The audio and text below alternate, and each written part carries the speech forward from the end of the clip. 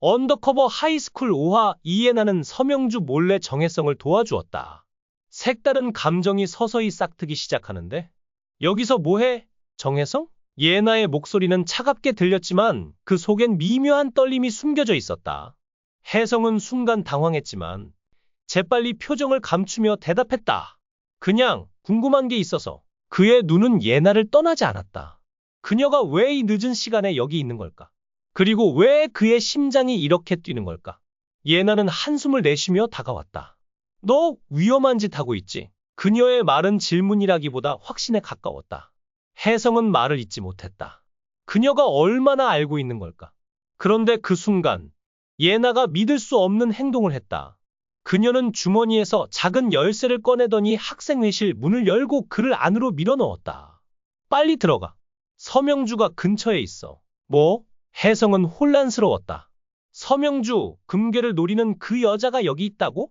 그런데 예나는 왜 자신을 돕는 걸까? 문이 닫히고 어두운 방 안에서 두 사람의 숨소리만이 가득 찼다. 예나가 속삭였다. 내가 너한테 빚진 거 없어. 그냥 내가 망가지는 꼴 보고 싶지 않을 뿐이야. 그녀의 목소리는 단호했지만 눈동자는 그를 피했다. 그때였다. 복도 끝에서 발소리가 들려왔다. 서명주의 날카로운 힐소리였다. 혜성은 본능적으로 몸을 낮췄고 예나는 문틈으로 밖을 살폈다. 가만히 있어. 내가 처리할게. 예나는 문을 열고 밖으로 나가더니 서명주와 마주 섰다. 여기 왜 왔어, 선배? 예나의 목소리는 평소와 달리 도발적이었다. 서명주는 미소를 지으며 대답했다. 그냥 잃어버린 걸 찾으러 왔을 뿐이야. 그녀의 눈은 예나를 뚫고 학생회실을 향했다. 예나가 서명주의 시선을 막아섰다. 잃어버린 거라면 나중에 찾아. 지금은 학생회 일이 바빠서. 그녀의 태도는 단호했고 서명주는 잠시 그녀를 노려보더니 결국 발길을 돌렸다. 하지만 그 미소, 그 속에 숨겨진 날카로운 의도가 혜성의 등골을 서늘하게 했다.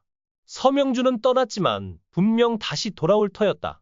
학생회실로 돌아온 예나는 문을 잠갔다. 그리고 혜성을 향해 돌아섰다. 너 대체 뭐야? 왜 이렇게까지 하는 거야? 그녀의 목소리는 더 이상 차갑지 않았다.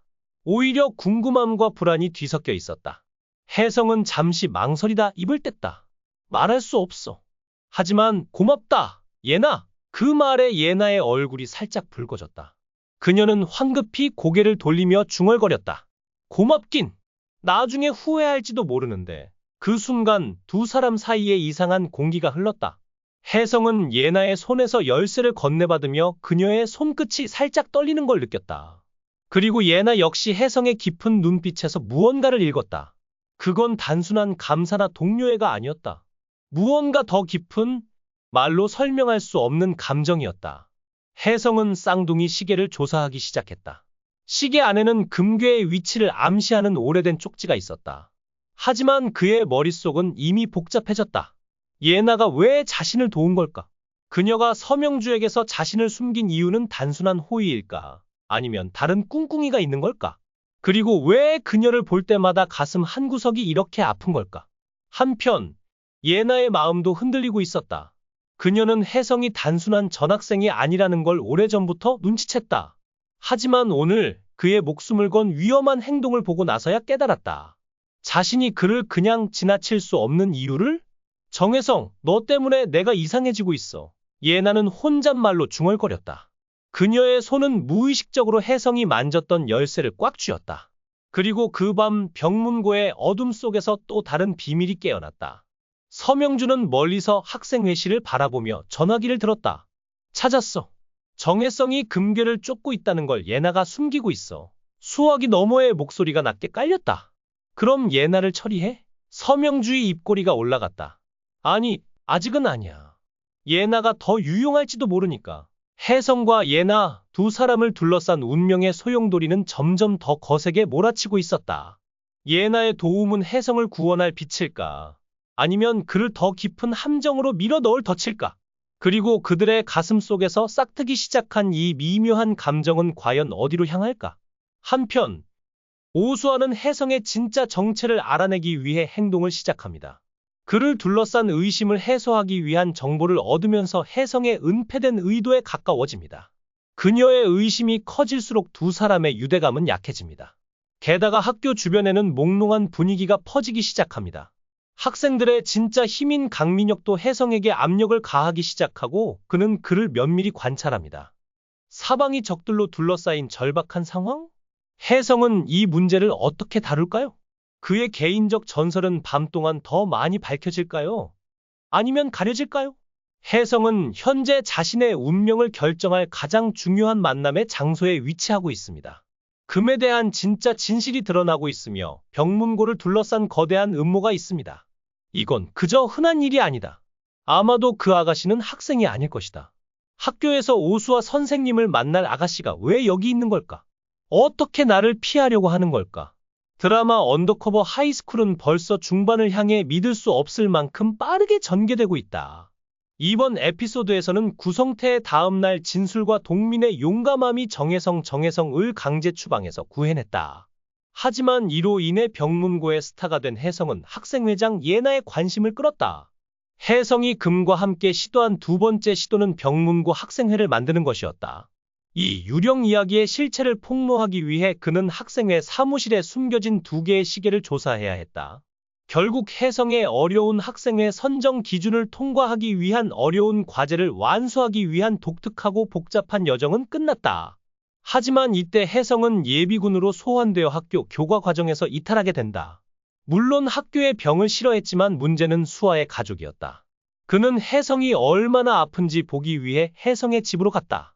가짜 기숙사를 재장식하기 위해 즉시 파견된 팀원들과 혜성은 수아의 등장으로 복잡한 상황에 처하게 된다. 하지만 여기서 갑자기 상황이 달라진다. 수아와 혜성이 우연히 입술을 스치며 머리 부딪힘을 경험하면서 서사는 이상한 길로 접어든다. 결말은 또한 수아의 오랜 연인이 혜성이었다는 것을 암시한다. 공개된 블레서는 두 사람이 초등학교 2학년 때 처음 만났으며 그때 혜성이 수아에게 직접 상처를 입힌 듯하다고 설명했다. 게다가 수아는 이전에 다른 직함을 가지고 있었기 때문에 혜성은 이제 그녀를 전혀 알아보지 못한다. 지금까지의 이야기는 다음과 같습니다. 일제 강점기 때 고종 황제의 금을 훔친 서병문은 병원에 비밀을 숨겼고 혜성은 대신 학교에서 비밀을 발견하고 안도했습니다. 혜성의 아버지 정재현은 약 20년 전 이 사건을 수사하던 중 실종된 듯합니다. 그러는 사이 서병문의 후손 서명주는 금의 존재를 알아채고 관찰하기 시작했습니다. 금화는 학교 경비원인 김 씨를 위해 준비된 것으로 보입니다. 그는 암시장에서 금화를 팔려고 하다 국가정보원에 적발되었습니다. 저는 김 씨가 학교에서 그렇게 오래 머물기로 한 실제 이유는 경비원으로 일하기 위해서가 아니라 훔친 금화의 비밀을 지키기 위해서였다고 생각합니다. 혜성을 살해한 사람조차도 20년 전에 S아버지가 그와 관련이 있다. 그저 이상한 게 아니다. 아마도 그녀는 학생이 아닐 것이다. 학교에서 오수와 선생님을 만날 여자가 여기 있는 이유는 무엇일까? 어떻게 그녀를 피하라고 조언하는 걸까? 드라마 언더커버 하이스쿨은 이미 중간 지점을 향해 믿을 수 없을 만큼 빠른 속도로 전진하고 있다. 이번 에피소드에서는 구성태의 다음날 진술과 동민의 용기가 정혜성을 퇴학 위기에서 구했다. 하지만 이 사건으로 인해 원래 병문고의 스타가 된 혜성은 학생회장 예나의 관심을 끌었다. 혜성의 금에 대한 다음 계획은 병문고 학생회에 바쳐졌다. 그는 이 괴담의 진실을 폭로하기 위해 학생회 사무실에 숨겨진 2개의 시계를 조사해야 했다. 결국 혜성의 학생회의 엄격한 지침을 극복하기 위한 특별하고 복잡한 여정이 시작된다. 하지만 혜성은 예비군 훈련을 받게 되어 학교를 쉬어야 한다. 물론 그는 학교의 병을 험담하지만 문제는 오수아 선생님이다. 그는 혜성의 병을 보기 위해 혜성의 집을 방문하려고 했다. 가짜 기숙사를 장식하기 위해 급히 파견된 팀원들과 혜성은 갑자기 나타난 수아 때문에 복잡한 상황에 처하게 된다. 하지만 여기서 상황은 급격하게 바뀐다. 수아와 혜성이 우연히 서로의 입술을 스치며 헤드버트를 경험하면서 이야기는 이상한 방향으로 전개된다. 또한 피날레에서는 수아의 오랜 연애가 혜성을 위한 것이라는 암시가 나온다. 공개된 축복자는 두 사람이 초등학교 2학년 때 처음 만났고 이때 혜성이 수아에게 직접 상처를 입힌 것으로 보인다고 말했다. 게다가 수아는 전 이름이 달랐기 때문에 혜성은 이제 수아를 전혀 알아보지 못한다. 지금까지의 이야기는 다음과 같다.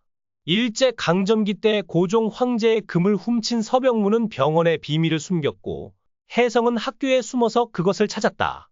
혜성의 아버지 정재현은 20년 전 이 사건을 수사하던 중 실종된 것으로 보인다. 한편 혜성을 쫓던 서병문의 후손 서명주는 금괴의 존재를 알아챘다. 그는 그를 관찰하기 시작했다.